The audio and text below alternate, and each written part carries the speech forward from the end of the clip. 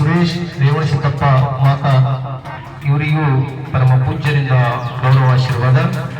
ಅದೇ ರೀತಿಯಾಗಿ ಮನೋಹರ ರೇವಣಸಿದ್ದಪ್ಪ ಮಾತ ಇವರ ಪರವಾಗಿ ಅವರ ಸುಪುತ್ರರಾಗಿರ್ತಕ್ಕಂತಹ ಸಂಗಮೇಶ್ ಮನೋಹರ್ ಮಾತ ಇವರಿಗೂ ಕೂಡ ಪರಮ ಪೂಜ್ಯರಿಂದ ಗೌರವ ಆಶೀರ್ವಾದ.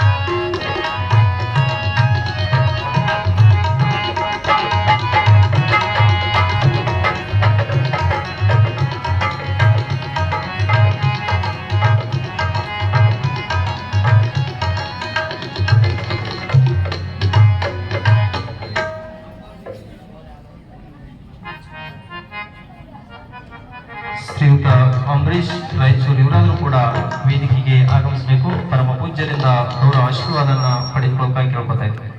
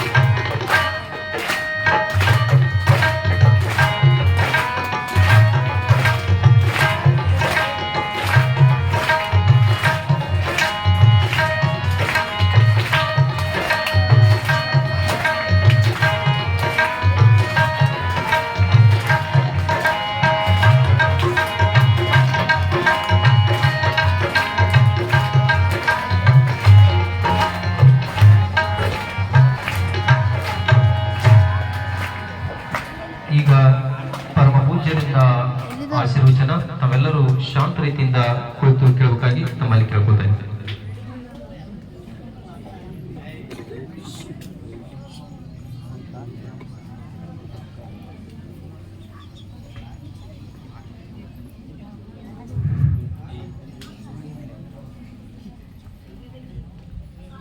ಪ್ರಾತಸ್ಮರಣೀಯರಾದ ಸಕಲ ಜೀವಾತ್ಮರಿಗೆ ಲೇಸನೆ ಬಯಸಿದ ಬಸವಾದಿ ಶರಣರನ್ನ ಸ್ಮರಣೆ ಮಾಡಿ ಸ್ವರ್ಣದ ಶ್ರೀ ಸಿದ್ಧಲಿಂಗೇಶ್ವರ ವಿರಕ್ತ ಮಠದ ಶ್ರೀ ಶಿವಾನಂದ ಶಿವಯೋಗಿ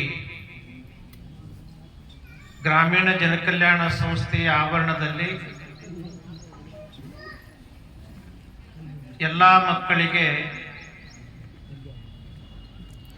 ಪ್ರಸಾದ ವಿತರಣೆ ಕಾರ್ಯಕ್ರಮ. ಈ ಕಾರ್ಯಕ್ರಮದಲ್ಲಿ ಭಾಗವಹಿಸಿರುವಂತಹ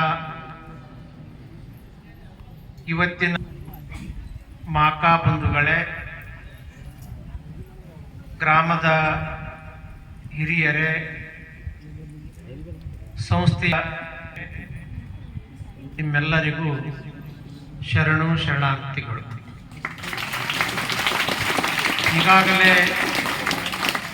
ಕಾರ್ಯಕ್ರಮದ ನಿರೂಪಕರು ಕಾರ್ಯಕ್ರಮದ ಉದ್ದೇಶ ಏನು ಎಂದು ಅನ್ನೋದು ತಮಗೆಲ್ಲ ತಿಳಿಸಿಕೊಟ್ಟಿದ್ದಾರೆ. ಶ್ರೀಮಠದ ಭಕ್ತರಾದಂಥ ಮಾಕಾಮನೆತನದ ಲಿಂಗೈಕ್ಯ ಲಿಂಬೆವ್ವ ರೇವಣಸಿದ್ದಪ್ಪ ಮಾಕ ಅವರ ಮಕ್ಕಳಾಗಿರುವಂತಹ 4 ಜನ, ಸಿದ್ದಣ್ಣ ಸಾವು, ಸೋಮಶೇಖರ್ ಸಾವು, ಸುರೇಶ ಸಾವು, ಮನೋಹರ ಸಾವು ದಂಪತಿಗಳು. ಅವರು ಒಂದು ಸಂಕಲ್ಪ ಮಾಡಿದ್ದಾರೆ. ಪ್ರತಿ ವರ್ಷ ಶ್ರೀಮಠದ ಶ್ರಾವಣ ಮಾಸದ 2ನೇ ಸೋಮವಾರದಂದು ಶ್ರೀ ಸಿದ್ಧಲಿಂಗೇಶ್ವರರ ಗದ್ದುಗೆಗೆ ವಿಶೇಷ ಪೂಜಾ ಕಾರ್ಯಕ್ರಮವನ್ನು ಪೂರೈಸಿ ಪಾದೋದಕ ಪ್ರಸಾದವನ್ನು ಪಡೆದುಕೊಂಡು ಸಂಸ್ಥೆಯ ಆವರಣದಲ್ಲಿ ವಿದ್ಯಾಭ್ಯಾಸ ಮಾಡುವಂಥ ಎಲ್ಲ ಮಕ್ಕಳಿಗೆ ಪ್ರಸಾದ ಮಾಡಿಸಬೇಕು ಅನ್ನುವಂಥ ಒಂದು ಸತ್ಯ ಸಂಕಲ್ಪ ಹೊತ್ತುಕೊಂಡು 4 ಜನ ಮಕ್ಕಳು ಒಬ್ಬೊಬ್ಬರಂತೆ ಈ ಸೇವಾ ದಾಸೋಹ ಸೇವಾ ಮಾಡ್ತಾ ಬಂದಿದ್ದಾರೆ.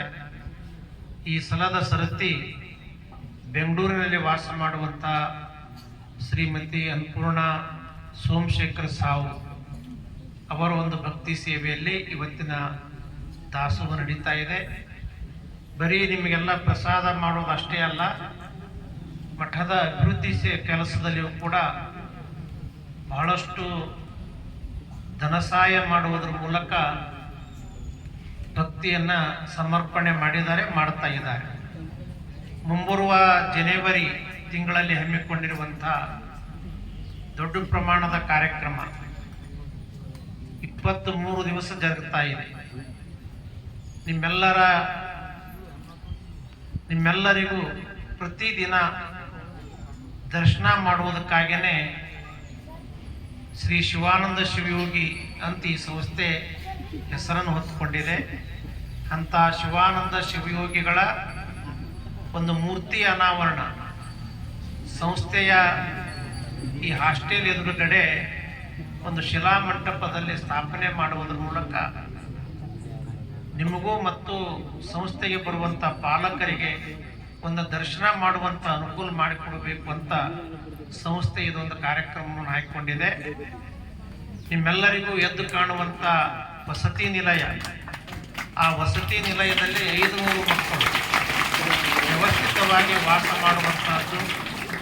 ಅವರಿಗೆ ಎಲ್ಲ ವಿದ್ಯಾರ್ಥಿಗಳಿಗೆ ಮಲಗುವ ಮಂಚದ ಒಂದು ವ್ಯವಸ್ಥೆಯನ್ನ 250 ಹೊಸ ಮಂಚಗಳನ್ನು ಖರೀದಿಸಿ ಮಕ್ಕಳಿಗೆ ಸುವ್ಯವಸ್ಥೆ ಕಲ್ಪಿಸಬೇಕು ಅಂತ ಆ ಒಂದು ಕಾರ್ಯಕ್ರಮವನ್ನು ಹಾಕಿಕೊಂಡಿದ್ದೇವೆ. ಅದ್ರ ಜೊತೆಗೇನೆ ಸಾಮೂಹಿಕ ವಿವಾಹ,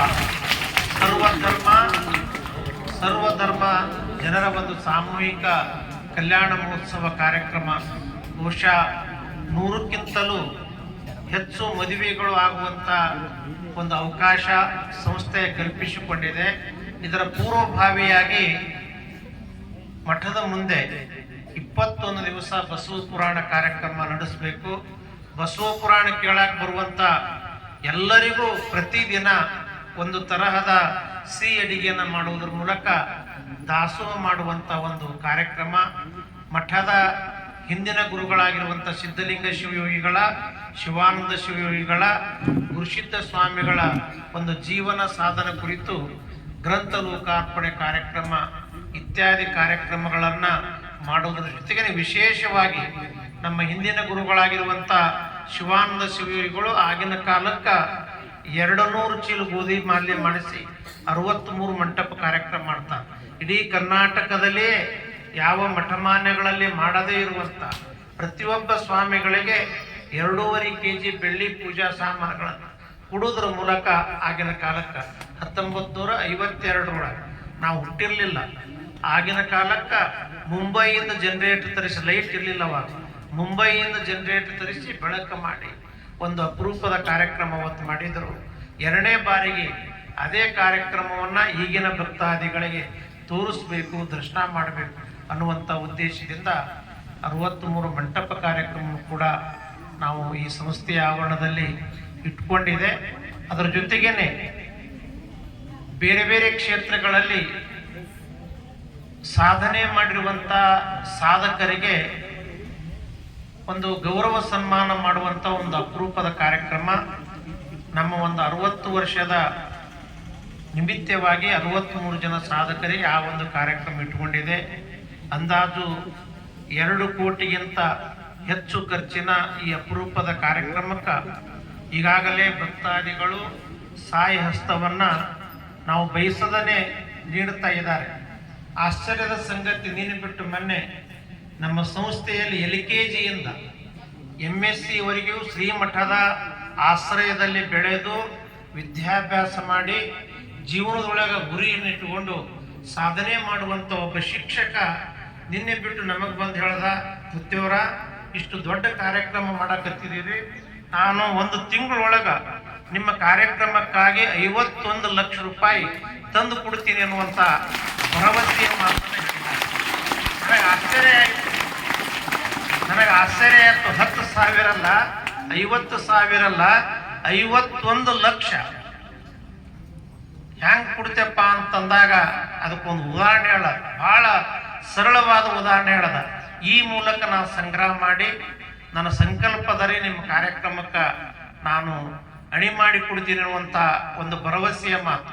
ಇವತ್ತು ಮುಂಜಾನೆ ಈ 4 ಜನ ಮಾಕಾ ಬಂಧುಗಳೊಳಗ ವಿಜಾಪುರದಲ್ಲಿ ವಾಸ ಮಾಡುವಂಥ ನಮ್ಮ ಸುರೇಶ್ ಮಾಕಾ ಧರ್ಮ ಪತ್ನಿಯವರು ನನ್ನ ಸಂಕಲ್ಪಿತ್ರಿ ಬಹಳ ದಿವಸ ಮನೆಯೊಳಗನ ಉಳ್ಕೊಂಡಾದ. 11 ಮಾಸಿ 1 ತೊಲಿ 1 ಮಾಸಿ ಗ್ರಾಮ ಸಾಮೂಹಿಕ ವಿವಾಹದಲ್ಲಿ ಏನು ಮದುವೆ ಆಗ್ತಾರ ಆ ಮದುವೆಗೆ ತಾಳಿ ಮಾಡಿಸ್ಕೊಡ್ಬೇಕಂತ ಸಂಕಲ್ಪ ಮಾಡಿ ನಾನು ತೆಗೆದಿಟ್ಟಿನ್ರಿ, ಅದನ್ನ ಅರ್ಪಣೆ ಮಾಡ್ತೀನಿ ಅನ್ನುವಂಥ ಮಾತು ಅವರು ಹೇಳಿದ್ದಾರೆ. ಈ ದಿಸೆಯಲ್ಲಿ ಭಕ್ತಾದಿಗಳು ಮಾಡುವ ಒಳ್ಳೆಯ ಕೆಲಸಕ್ಕೆ ಹಣದ ಮೂಲಕ, ತನುಮನ ಧನದ ಮೂಲಕ ಸಹಾಯ ಮಾಡುವಂಥ ಒಂದು ಕಾರ್ಯಕ್ರಮ, ಸಮಾಜಮುಖಿ ಕಾರ್ಯಕ್ರಮ ಈ ಸಂಸ್ಥೆಯ ಆವರಣದಲ್ಲಿ ಶ್ರೀಮಠದ ಮುಂಭಾಗದಲ್ಲಿ ಜನವರಿ 3ರಿಂದ ಜನವರಿ 25ರವರೆಗೆ ನಡೆಯುವಂಥ ಕಾರ್ಯಕ್ರಮದ ಮುನ್ನೋಟ ಏನು ಎಂತು ಅನ್ನೋದು ನಿಮಗೆಲ್ಲ ಆಗಾಗ ಗೊತ್ತಾಗ್ತಾ ಇದೆ.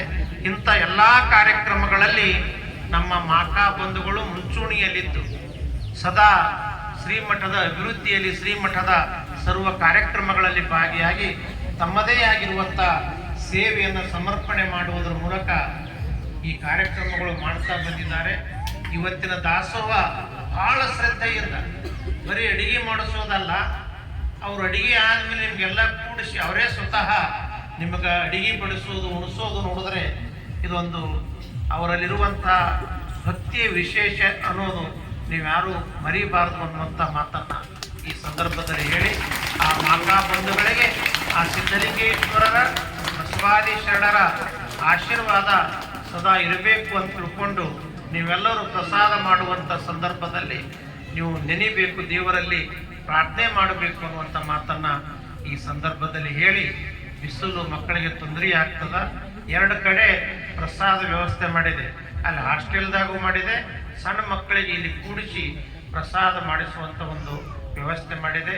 ಗದ್ದಲ ಮಾಡಲಾರ್ದಂಗ ಎಲ್ಲರೂ ಶ್ರದ್ಧೆಯಿಂದ ಪ್ರಸಾದ ಕೆಡಿಸ್ಬಾರ್ದು, ಒಂದು ಅಗಳೂ ಕೂಡ ಪ್ರಸಾದ ಕೆಡಿಸಲಾರ್ದಂಗ ನಿಮ್ಗೆ ಎಷ್ಟೆಷ್ಟು ಬೇಕು ಎಲ್ಲ ಥರದ ಅಡಿಗೆಯನ್ನು ನಡೆಸಿಕೊಂಡು ಪಡಿತುಂಬ ಪ್ರಸಾದ ನೀವು ಮಾಡಿದಾಗ ಪ್ರಸಾದ ಮಾಡಿಸಿದವರಿಗೆ ತೃಪ್ತಿ ಆಗ್ತದ, ಆನಂದ ಆಗ್ತದ.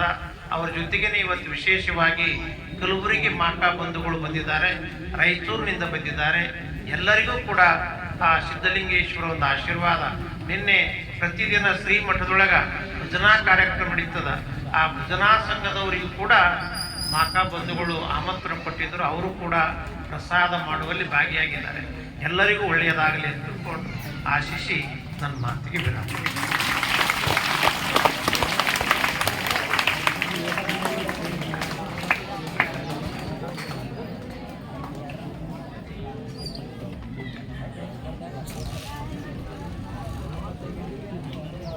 ಸ್ವರ್ಣದ ಮಠದ ಪ್ರತಿಯೊಂದು ಕಾರ್ಯಕ್ರಮಕ್ಕೂ ಭಕ್ತರ ಭಕ್ತಿ ಸೇವೆಯಲ್ಲಿ ನಡೆಯುತ್ತದೆ ಎನ್ನುವಂತಹ ಸಂದೇಶವನ್ನು ಸಾರಿರ್ತಕ್ಕಂಥ ಪರಮ ಪೂಜ್ಯರಿಗೆ ಧನ್ಯವಾದಗಳು. ಈಗ ಕಾರ್ಯಕ್ರಮದ ಮಧ್ಯದಲ್ಲಿ ಒಂದು ದೇಶಭಕ್ತಿ ಗೀತೆ, ಈ ದೇಶಭಕ್ತಿ ಗೀತೆಯನ್ನ ವೇದಮೂರ್ತಿ ವೀರಭದ್ರಯ್ಯ ಹಿರೇಮಠ್ ಸಾಕಿನ ಕಟ್ಟಿ ಸಂಗಾವಿ ಅವರು ನಡೆಸಿಕೊಡಬೇಕಾಗಿ ಕೇಳ್ಕೊತಾ ಇದ್ದೇನೆ. ಸಾಕಷ್ಟು ಗವಾಯಿಗಳು ವಚನಗಳನ್ನ ಹಾಡಿದ್ದು ನಾವು ನೋಡ್ಕೊತ ಬಂದೇವಿ, ಕೇಳ್ಕೊತ ಬಂದೇವಿ. ಆ ಅಪರೂಪಕ್ಕೆ ಇವತ್ತು ನಮ್ಮ ಸುಯೋಗ ಅಥವಾ ನಿಮ್ಮ ಸುಯೋಗ ಗೊತ್ತಿಲ್ಲ, ಒಬ್ಬರು ದೇಶಭಕ್ತಿ ನಾಡಭಕ್ತಿ ಗೀತೆಗಳನ್ನು ಹಾಡ್ತಕ್ಕಂಥ ಗವಾಯಿಗಳು ಸಿಕ್ಕಿದ್ದು ಬಹಳ ಸಂತೋಷದ ಸಂಗತಿ. ಅವ್ರು ಹಾಡ್ತಕ್ಕಂಥ ಹಾಡನ್ನ ನೀವು ನೆನಪಿಟ್ಟು ಕೇಳ್ರಿ, ಲಕ್ಷ ಕೊಟ್ಟು ಕೇಳಿ, ಅದ್ರೊಳಗೆ ಏನು ಆಗ್ತದ ಅನ್ನೋದನ್ನು ತಿಳ್ಕೊಂಡು ಕೇಳಿ. ಇಷ್ಟು ಹೇಳಿ ಗವಾಯಿಗಳಿಗೆ ಹಾಡೋದಕ್ಕೆ ನಾನು ಹಲೋ ಹಲೋ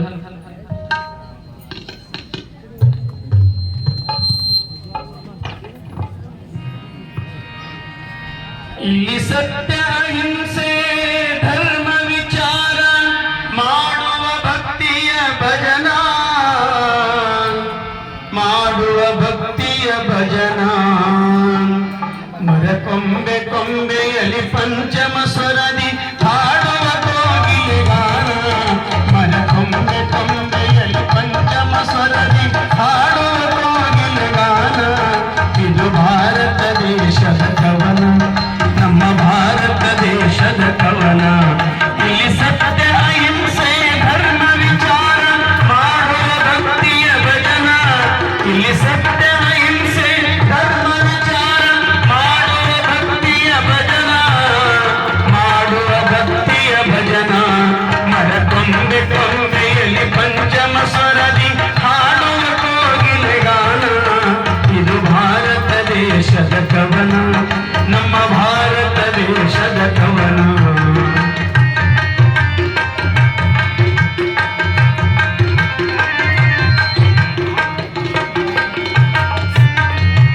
ಈ ಪುಣ್ಯ ಭೂಮಿಯಲ್ಲಿ ಮಾನ್ಯ ಋಷಿ ಮುನಿ ಜಪಿಸುವ ದೇವರ ನಾಮ. ಹರಿ ಓಂ ಹರಿ ಓಂ ಹರಿ ಓಂ ಹರಿ ಓಂ. ಈ ಪುಣ್ಯ ಭೂಮಿಯಲ್ಲಿ ಮಾನ್ಯ ಋಷಿ ಮುನಿ ಜಪಿಸುವ ದೇವರ ನಾಮ. ಪ್ರಭು ರಾಮ ಮೋಹನ ರೈಸಲು ಮಾಡು ಪರತರ ಭಗವನ ಸ್ಮರಣ, ಪರತರ ಭಗವನ ಸ್ಮರಣ. ಈ ನೆಲದಲ್ಲಿ ಮೊದಲು ಪ್ರಕಾಶಗೊಳ್ಳುವುದು ಸೂರ್ಯದೇವನ ಕಿರಣ. ಈ ನೆಲದಲ್ಲಿ ಮೊದಲು ಪ್ರಕಾಶಗೊಳ್ಳುವುದು ಸೂರ್ಯದೇವನ ಕಿರಣ. ನಮ್ಮ ಭಾರತ ದೇಶದ ಕವನ, ನಮ್ಮ ಭಾರತ ದೇಶದ ಕವನ. ಮರಕೊಂಬೆ ಕೊಂಬೆಯಲ್ಲಿ ಪಂಚಮ ಸ್ವರದಿ ಹಾಡುವ ಕೋಗಿಲೆ ಗಾನ. ನಮ್ಮ ಭಾರತ ದೇಶದ ಕವನ, ನಮ್ಮ ಭಾರತ ದೇಶದ ಕವನ.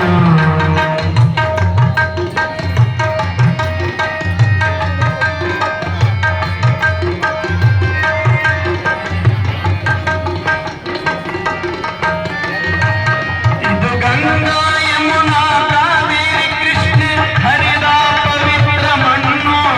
ಇದು ಪಶ್ಚಿಮ ಪೂರ್ವ ದಕ್ಷಿಣೋತ್ತರ ಮಣ್ಣಲ್ಲಿ ಕೊಡುತ್ತಿದೆ ಹೊನ್ನು. ಇದು ಗಂಗಾ ಯಮುನಾ ಕಾವೇರಿ ಕೃಷ್ಣ ಹರಿದ ಪವಿತ್ರ ಮಣ್ಣು.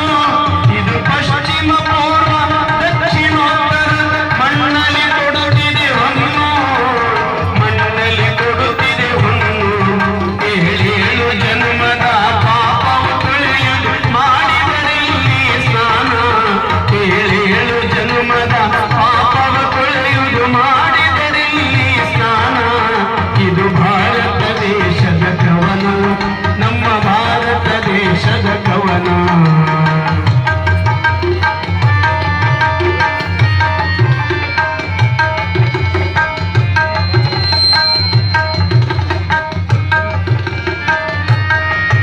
ಇಲ್ಲಿ ಮಲ್ಲಿಗೆ ಕಂಪೋವದೆ ಚರದಲ್ಲಿ ಸಿಗುವುದು ಎಲ್ಲರಿಗಿಲ್ಲಿ. ಭಾವೈಕ್ಯ ತೆಗೆಯುವುದು ದೀಪಾವಳಿಯು ಹೋಳಿ ಹಬ್ಬಗಳು ಇಲ್ಲಿ.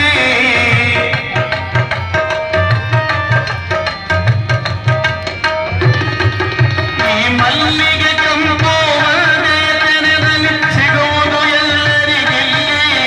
ಭಾವೈಕ್ಯ ತೆಗೆಯುವುದು ದೀಪಾವಳಿಯ ಹೋಳಿ ಹಬ್ಬಗಳು ಇಲ್ಲಿ, ಹೋಳಿ ಹಬ್ಬಗಳು ಇಲ್ಲಿ.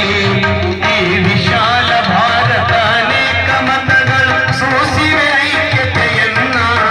ಈ ವಿಶಾಲ ಭಾರತ ಅನೇಕ ಮತಗಳು ಸೋಸಿವೆ ಐಕ್ಯತೆಯನ್ನ. ಇದು ಭಾರತ ದೇಶದ ಕವನ, ನಮ್ಮ ಭಾರತ ದೇಶದ ಕವನ. ಇದು ಭಾರತ ದೇಶದ ಕವನ, ಇದು ಭಾರತ ದೇಶದ ಕವನ. ಧನ್ಯವಾದಗಳು ವೀರಭದ್ರ ಗವಾಯಿಗಳಿಗೆ. ಈ ಕಾರ್ಯಕ್ರಮಕ್ಕೆ ಮುಖ್ಯ ಮುಖ್ಯ ಅತಿಥಿಗಳಿಗೆ ಆಗಮಿಸಿರ್ತಕ್ಕಂಥ ಡಾಕ್ಟರ್ PV ಪಾಟೀಲ್ ವ್ಯವಸ್ಥಾಪಕರು ಹಾಗೂ ನಿರ್ದೇಶಕರು ಗುಲ್ಬರ್ಗ ಹಾಗೂ ಬೀದರ್ ಹಾಲು ಒಕ್ಕೂಟ ಮಂಡಳಿ ಇವರಿಗೆ ಈ ಕಾರ್ಯಕ್ರಮಕ್ಕೆ ನಮ್ಮೆಲ್ಲರ ವತಿಯಿಂದ ಸ್ವಾಗತ ಸುಸ್ವಾಗತವನ್ನ ಕೋರುತ್ತೇನೆ.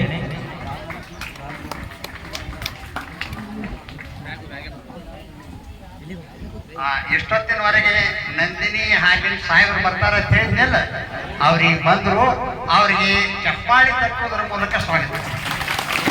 ಅಷ್ಟೇ. ಆ ನಂತರ ಅವ್ರನ್ನ 2-3 ವರ್ಷ ಆಗಿ ನಾವು ಈ ಕಾರ್ಯಕ್ರಮಕ್ಕೆ ಬರ್ಮಾಡ್ಕೊಳ್ಳೋದಕ್ಕೆ ಪ್ರಯತ್ನ ಪಟ್ಟು ಅದು ಈ ಸಲ ಕೂಡಿ ಬರ್ತಂತ ಕಾಣಿಸ್ತದ. ಈಗ ಅವ್ರು ಬಂದಾರ, ನಿಮ್ಮನ್ನೆಲ್ಲ ಉದ್ದೇಶಿಸಿ ಒಂದೆರಡು ಹಿತವಚನಗಳನ್ನ ಹೇಳ್ತಾರೆ. ಮುಖ್ಯ ಅತಿಥಿಗಳಿಗೆ ಪರಮ ಪೂಜ್ಯರಿಂದ ಗೌರವ ಸನ್ಮಾನ ನೆರವೇರ್ತಾ ಇದೆ. ತಾವೆಲ್ಲರೂ ಜೋರಾದ ಚಪ್ಪಾಳೆ ಮುಖಾಂತರ ಅವರನ್ನ ಗೌರವಿಸೋಣ. ಈ ಕಾರ್ಯಕ್ರಮವನ್ನು ಕುರಿತು ಅವರಿಂದ ಒಂದೆರಡು ಮಾತನಾಡ್ತಾರೆ.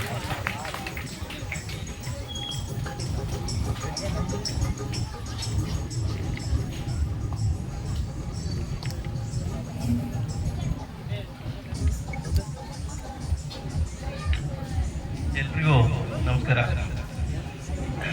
ಸಭೆಯಲ್ಲಿ ಉಪಸ್ಥಿತರಿರುವಂಥ ಪೂಜ್ಯ ಸ್ವಾಮೀಜಿಯವರ ಪಾದಾರವಿಂದಕ್ಕೆ ನಮಸ್ಕರಿಸುತ್ತಾ ಮತ್ತು ಈ ಸಂದರ್ಭದಲ್ಲಿ ಏನು ಈ ಅನ್ನದಾಸೋಹ ಕಾರ್ಯಕ್ರಮವನ್ನು ಪ್ರತಿ ವರ್ಷದಂತೆ ಈ ವರ್ಷನೂ ಸಹಿತ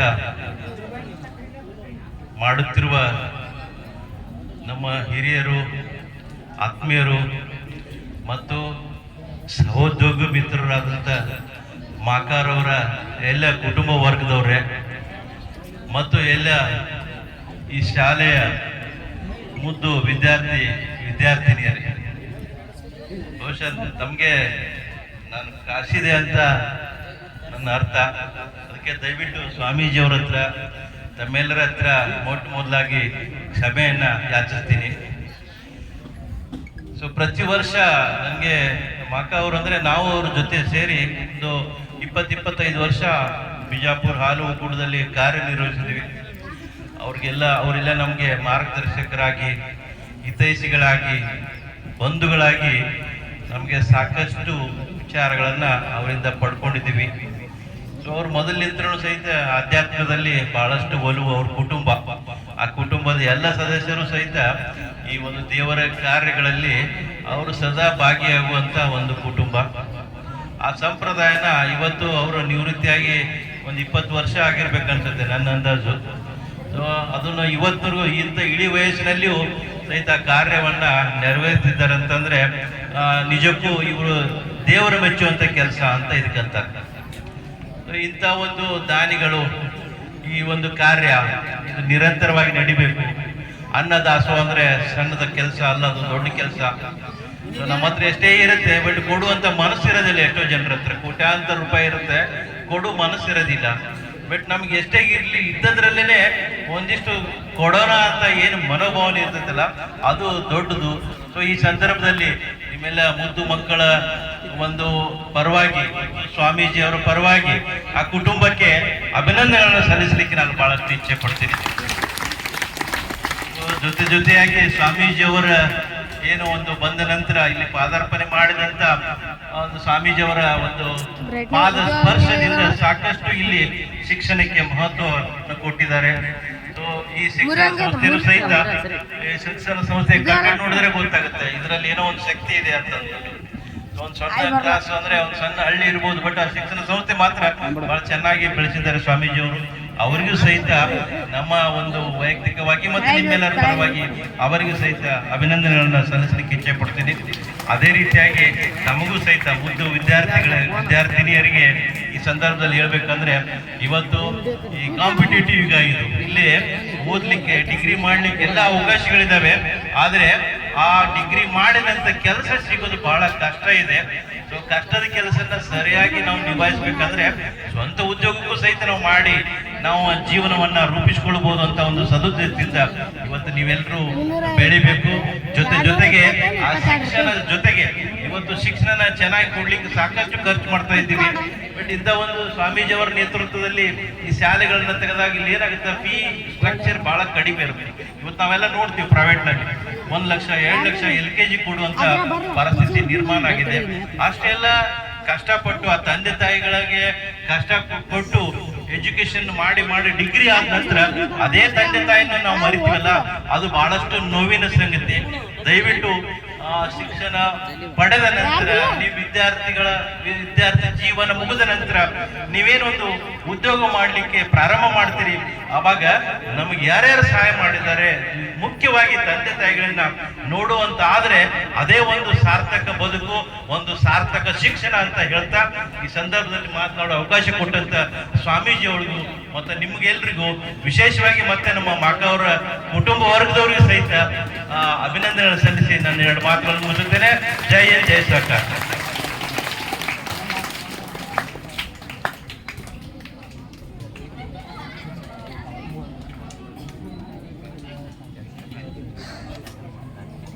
ಜೀವನದಲ್ಲಿ ಮಾಡು ಸಾಧನೆ, ಸೋಲಾದರೆ ಪಡಬೇಡ ವೇದನೆ, ದಿನನಿತ್ಯ ದುಡಿದರೆ ಸಂಪಾದನೆ ಎನ್ನುವಂತೆ ಇಂದಿನ ಸಾಕಷ್ಟು ಒಂದು ಕಾಂಪಿಟೇಟಿವ್ ಯುಗದಲ್ಲಿ ತಾವೆಲ್ಲ ಶ್ರಮ ಪಡಬೇಕು ಅನ್ನುವ ಮಾತುಗಳನ್ನು ಆಡಿರ್ತಕ್ಕಂತಹ ಸರ್ ಅವರಿಗೆ ಧನ್ಯವಾದಗಳು.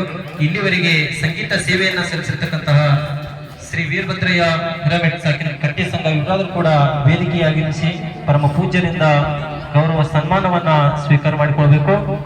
ಅದೇ ರೀತಿಯಾಗಿ ಅವರ ಜೊತೆಯಾಗಿ ತಬಲಾ ಸಾಥಿಯನ್ನು ನೀಡಿರ್ತಕ್ಕಂತಹ ಮಹಾಂತೇಶಣ್ಣ ಅವರಾದರೂ ಕೂಡ ವೇದಿಕೆಗೆ ಬಂದು ಪರಮ ಪೂಜ್ಯರಿಂದ ಗೌರವ ಸನ್ಮಾನವನ್ನ ಸ್ವೀಕಾರ ಮಾಡಿಕೊಳ್ತಾ ಕೇಳ್ಕೊಳ್ತಾ ಇದ್ದೇನೆ.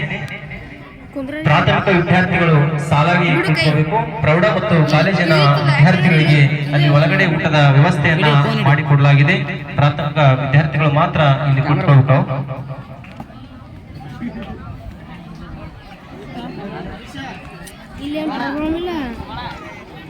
ಇಲ್ಲಿ ಐತಲ್ಲ ಈಗ ಇದೊಂದು ಗುಂಡ ಒಳ್ಳಾಡ್ತದ ಮತ್ತೆ ಹಿಂಗೆ ಮಾಡಬೇಕು ನಾವು.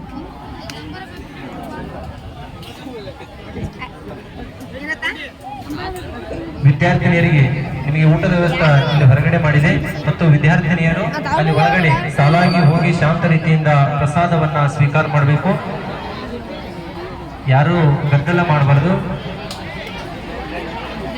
ಪ್ರೌಢ ವಿಭಾಗದ ಮತ್ತು ಕಾಲೇಜು ವಿಭಾಗ